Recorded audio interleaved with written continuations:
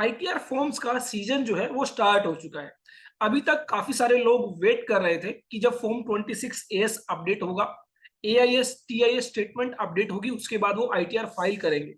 अब धीरे धीरे जो है वो अपडेट होना शुरू हो गए हैं और लोगों ने अपनी आईटीआर फॉर्म जो है फाइल करना शुरू कर दिए हैं। यहाँ पर बात आती है कि अब आपको कौन सा आईटीआर फॉर्म फाइल करना है। जो आपकी इनकम है उसके अकॉर्डिंग आपको सेलेक्ट करना होता है कि आपको कौन सा आईटीआर फॉर्म फाइल करना है। इनकम टैक्स के अंदर आईटीआर 1 से लेकर आईटीआर 7 तक 7 तरह के इनकम टैक्स फॉर्म जो है वो प्रिस्क्राइब किए गए हैं। अब आपको अपने केस में कौन सा आईटीआर फॉर्म फाइल करना है ये जानना जरूरी हो जाता है। अगर आपने सही फॉर्म फाइल नहीं किया तो ऐसे में वो एक डिफेक्टिव रिटर्न मानी जाएगी, और डिफेक्टिव रिटर्न का मतलब यह है कि आपने रिटर्न फाइल ही नहीं की है। इनकम टैक्स के जितने भी प्रोविजंस है, चाहे वो पेनल्टी से रिलेटेड है, इंटरेस्ट से रिलेटेड है, वो ये मानते हुए कि आपके द्वारा कोई आईटीआर फाइल नहीं की गई है, वो आप पर जो है लेवी किए जाएंगे। तो ऐसे में आपको सही आईटीआर फॉर्म सेलेक्ट करना जरूरी है। अब बात आती है ऐसे में कि आप कैसे सही आईटीआर फॉर्म जो है सेलेक्ट करेंगे, तो हम एक एक करके डिस्कस करेंगे कि किस इनकम के केस में कौन सा आईटीआर फॉर्म जो है वो फाइल किया जाएगा। तो यहां पर मैंने आपको बताया आईटीआर 1 से लेकर आईटीआर 7 7 तरह के इनकम टैक्स फॉर्म जो है वो प्रिस्क्राइब किए गए हैं। तो अगर मैं बात करूं इनमें से भी अगर आप स्पेसिफिकली आईटीआर 1 से लेकर आईटीआर 4 तक ये जो 4 इनकम टैक्स फॉर्म है, आईटीआर 1, आईटीआर 2, आईटीआर 3, आईटीआर 4, ये बताए गए हैं in case of individual and HUF. It means HUF और इंडिविजुअल के केस में आईटीआर 1 से लेकर आईटीआर 4 तक 4 फॉर्म प्रिस्क्राइब किए गए हैं। तो जो भी इंडिविजुअल, जो भी एचयूएफ अपनी रिटर्न फाइल करेंगे तो वो यहां पर जो है चेक करेंगे कि उन्हें कौन सा आईटीआर फॉर्म जो है फाइल करना है। अगर मैं बात करूं आईटीआर 5 की, तो आईटीआर 5 यहां पर स्पेसिफिकली बताया गया है in case of partnership firm. Partnership firm के केस में यहां पर आईटीआर 5 फॉर्म जो है वो फाइल किया जाएगा। इन केस ऑफ कंपनी अगर हम बात करें तो यहां पर फॉर्म बताया गया है आईटीआर 6। तो यहां पर कंपनी के केस में स्पेसिफिकली आपको बता दिया गया है आपको आईटीआर 6 फाइल करना है। इसके अलावा जो बच जाते हैं आईटीआर 7 के तहत अपनी इनकम टैक्स रिटर्न फाइल करेंगे, जैसे कि association of person, body of individual, कोई भी ट्रस्ट है, सोसाइटी है, यूनिवर्सिटी है, कॉलेज है, कोई भी पॉलिटिकल पार्टी है, आर्टिफिशियल जुडिशियल पर्सन है, ये सभी आईटीआर 7 के तहत जो है अपनी इनकम टैक्स रिटर्न फाइल करेंगे। तो यहाँ पर आईटीआर 5 से लेकर आईटीआर 7 तक कहीं पर भी कोई इश्यू नहीं है, स्पेसिफिक फॉर्म बताए गए हैं स्पेसिफिक पर्सन के लिए। लेकिन बात आती है आईटीआर 1 से लेकर आईटीआर 4 के तहत जो इंडिविजुअल एचयूएफ अपनी रिटर्न फाइल करेंगे उनको बहुत केयरफुली सेलेक्ट करना है कौन सा आईटीआर फॉर्म जो है वो फाइल करेंगे। तो यहां पर हम एक एक करके डिटेल में डिस्कस करेंगे कब आपको आईटीआर 1 फाइल करना है, कब आपको आईटीआर 2 फाइल करना है, कब आपको आईटीआर 3 फाइल करना है और कब आपको आईटीआर 4 फाइल करना है। आगे बढ़ने से पहले अगर आपने अभी तक हमारे YouTube चैनल को सब्सक्राइब नहीं किया है तो जल्दी से कर लीजिए। अगर आप अपडेटेड रहना चाहते हैं income tax, GST, TDS, ESIC, EPF, daily tax updates के लिए आप डाउनलोड कर सकते हैं। व्हाट्सएप चैनल जो है सब्सक्राइब कर सकते हैं। टेलीग्राम चैनल से बहुत सारी यूजफुल फाइल्स जो है डाउनलोड कर सकते हैं। और हमारी app all about taxes play store से आप डाउनलोड कर सकते हैं, इंस्टॉल कर सकते हैं। डिस्क्रिप्शन में भी लिंक दिया गया है। तो अब हम बात करते हैं कि आईटीआर 1 से लेकर आईटीआर 4 के तहत आप किस तरह सेलेक्ट करेंगे कौन सा फॉर्म आपको फाइल करना है। तो ऑलरेडी मैंने आपको बता दिया है कि इंडिविजुअल एचयूएफ के केस में जो है आपको आईटीआर 1 से लेकर आईटीआर 4 तक के जो फॉर्म्स है वो दिए गए हैं। सबसे पहले हम बात करेंगे अगर आपके केस में कोई भी बिजनेस या प्रोफेशन से इनकम है, तो बिजनेस या प्रोफेशन से इनकम होने के केस में आपको जो है यहाँ पर आईटीआर 4 और आईटीआर 3 दो ऑप्शन आपको दिए गए हैं। अगर आप regular books of accounts maintain करते हैं, आप अपने फाइनेंशियल्स प्रिपेयर करते हैं, profit and loss account maintain करते हैं, अपनी बैलेंस शीट आप प्रिपेयर करते हैं, अगर आपको ऑडिट के तहत अपने फाइनेंशियल जो है प्रोविजंस के तहत आपको ऑडिट कराने की रिक्वायरमेंट है तो वहां पर आप आईटीआर 3 फाइल करें।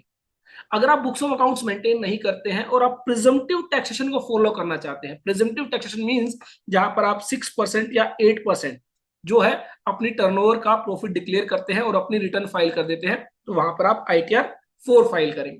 तो सीधी सी बात है, इंडिविजुअल या एचयूएफ के केस में अगर बिजनेस इनकम है तो दो ही फॉर्म, या तो आईटीआर 3 फाइल करना है या फिर आईटीआर 4 फाइल करना है।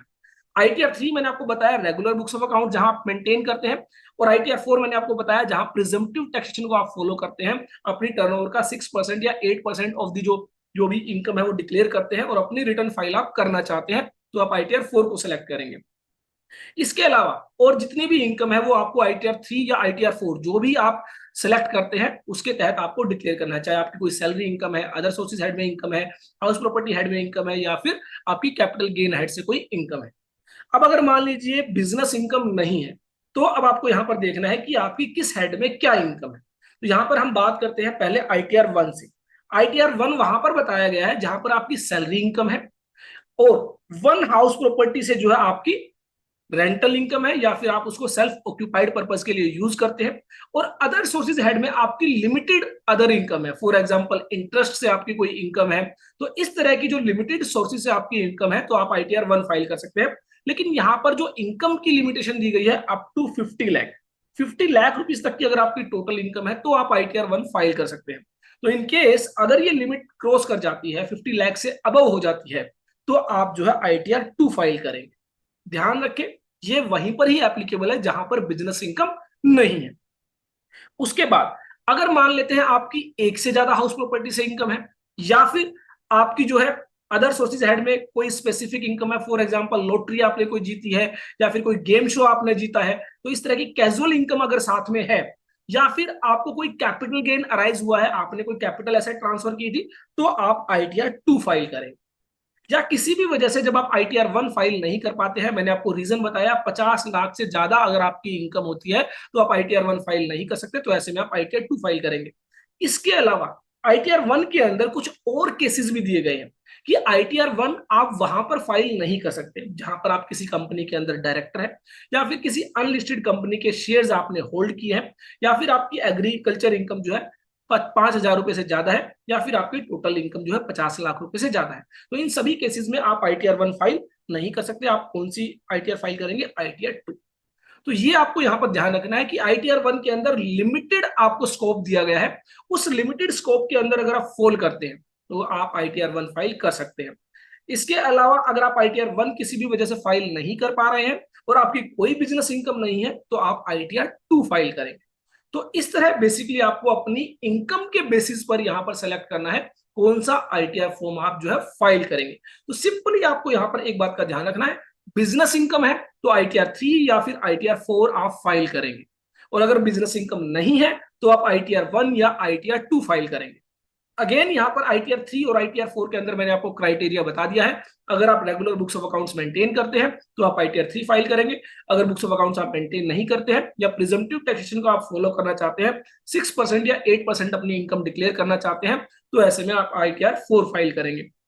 ITR 1 और ITR 2 के अंदर मैंने आपको बताया, ITR 1 के अंदर लिमिटेड स्कोप है जहां पर आप जो है 50 लाख रुपए तक की इनकम डिक्लेयर कर सकते हैं अंडर सैलरी हेड, और अदर सोर्सेज हेड में अगर आपकी लिमिटेड इनकम है, फॉर एग्जांपल इंटरेस्ट इनकम है, और वन हाउस प्रॉपर्टी से आपकी कोई रेंटल इनकम है, या फिर आप उसको सेल्फ ऑक्यूपाइड पर्पस के लिए यूज करते हैं, तो आप ITR 1 फाइल कर सकते हैं। उसके लिए भी कंडीशन है कि आप किसी कंपनी में डायरेक्टर नहीं होने चाहिए, किसी अनलिस्टेड कंपनी के आपके पास शेयर्स नहीं होने चाहिए, एग्रीकल्चर इनकम 5,000 रुपए से ज्यादा नहीं होनी चाहिए, और टोटल इनकम 50 लाख से ज्यादा नहीं होनी चाहिए, तो आप ITR 1 फाइल कर सकते हैं। तो इन किसी भी कंडीशंस का अगर वोलेशन अगर हो रहा है, इट मींस कोई भी कंडीशन आपके केस में एप्लीकेबल नहीं हो रही है, तो आपको ITR 2 की तरफ मूव करना पड़ेगा। और स्पेसिफिकली जहां पर आपके केस में कोई कैपिटल एसेट ट्रांसफर हुई है, कैपिटल गेन आपको अराइज हुआ है, तो आप ITR 2 फाइल करें। तो ये जो है बेसिकली आपको ITR 1 फॉर्म जो है, ITR 1 से लेकर ITR 4 तक जो फॉर्म्स है वो कैसे आपको सिलेक्ट करने हैं ये मैंने आपको बताया है। फिर भी अगर आपको कोई भी डाउट है, किसी भी तरह का कोई भी क्वेश्चन है, तो आप कमेंट बॉक्स में जरूर शेयर कर सकते हैं, जहां पर आपको जरूर आंसर किया जाएगा। आप में से जो भी लोग सीखना चाहते हैं income tax, GST, TDS, ESIC, EPF, advance Tally prime, advance Excel courses, तो ऐसे में आप हमारी वेबसाइट विजिट कर सकते हैं www.allaboutaxes.in, जहां पर बहुत सारे कोर्सेज आपको मिल जाते हैं बहुत ही रीजनेबल प्राइस में। बहुत ही जो है एडवांस लेवल के जो कोर्सेज हैं वो आपको यहाँ पर प्रोवाइड किए गए हैं। प्रैक्टिकल ओरिएंटेड कोर्सेज है, कोई भी थ्योरेटिकल बातें यहाँ पर नहीं है। प्रैक्टिकल वर्कशॉप्स रखी गई है, कैसे आप रिटर्न्स फाइल कर सकते हैं, टैक्सेस की पेमेंट कर सकते हैं, रिकंसिलिएशंस प्रिपेयर कर सकते हैं।